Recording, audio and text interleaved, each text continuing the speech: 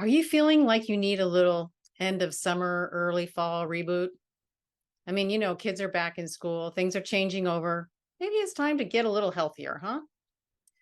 Well, if you're thinking about, oh, then I should do a cleanse or a detox, or maybe I'll go on some crazy diet for a really short term and lose a bunch of weight and then go back to my norm. Instead of thinking about your food, this time, how about thinking about your muscle? Now, especially women, I'm talking to you, and especially women over 50, because we are in the stage where we are losing muscle very quickly unless we do something about it. Estrogen helps build muscle. It gives us an ability to build muscle if we stress our bones and our muscles and build. But as we go through menopause and we lose all that estrogen, we lose our ability to make muscle as well. We'll lose about 33% of our ability to make muscle.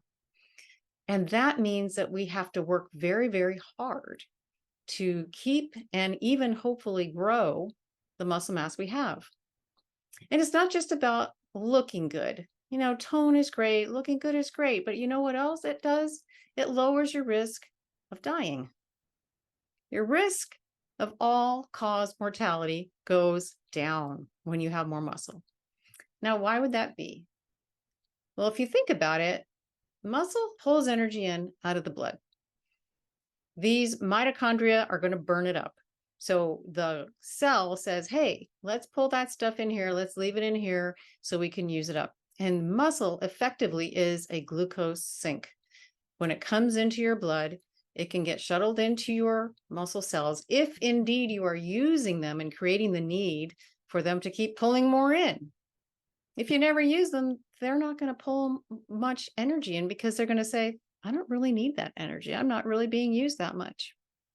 So that link between having muscle that is active and keeping a better metabolic health profile is very tight. And greater metabolic health means less risk of all these lifestyle diseases that we're dealing with now. It's not just obesity, but it's cancer, it's heart disease, it's stroke, it's diabetes for sure. All kinds of these horrible lifestyle diseases that lead to higher risk of death. We can lower the risk of all of those by having more muscle and using it. So I'm going to tell you about a couple different studies. So here's this 2021 study. They showed that as women are going through the stages of menopause, from early, like say 40, up to post-menopause, they went from about 10% less muscle to about 32% less muscle than earlier years. But then this Brazilian study of 839 adults over 65, this one is pretty crazy if you think about the all-cause mortality that they found in this one. So 835 older people, they had the lowest 20% in the appendicular muscle mass, so the arms and the legs. Lowest 20% of the women, they had a 63-fold increase in all-cause mortality. Not 63%, 63 times the risk of dying in the next 4 years. That's crazy, isn't it? 63 times. Men, it was 11 times more in the next 4 years. Probably because men have more muscle to begin with, but it's not clear. Theirs was more associated with fat and other factors, but women, highest association was with low muscle mass. And then there was this other study of 1,200 women and men that started at age 40. They were a little bit younger. And they found that the muscle mass is a better predictor of mortality than BMI or fat mass. There you go, with older women.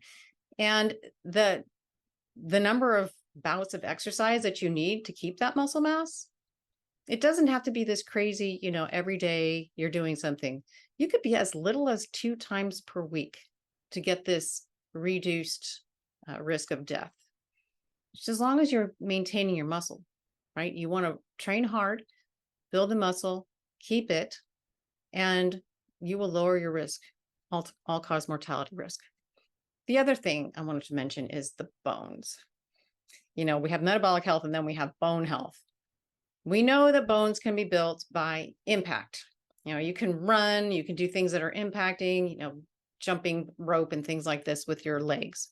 That will help build bone because it's stressing the bone in a compressive way.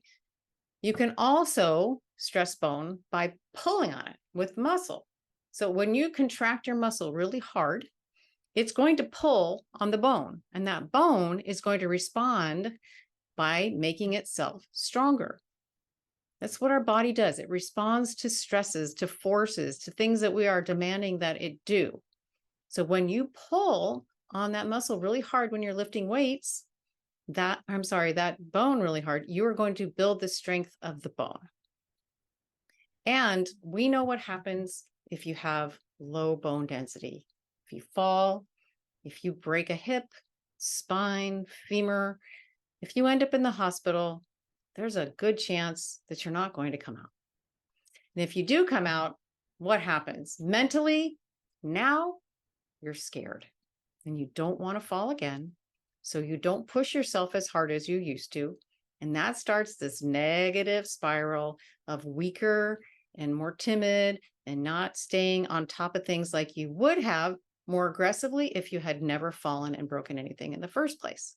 So we want to avoid any breaks. And that's by keeping the muscles and the bones working really hard. Okay. Muscle works hard. That means the bone is working hard because the muscle is pulling on it and create stress. Take home message. If you're going to do something this fall, if you want to reset, stay away from thinking about food for a little bit and really focus in on going to the gym or doing something that is going to build your muscle up. Get a personal trainer or someone who can show you how to do these moves correctly. You don't want to hurt yourself.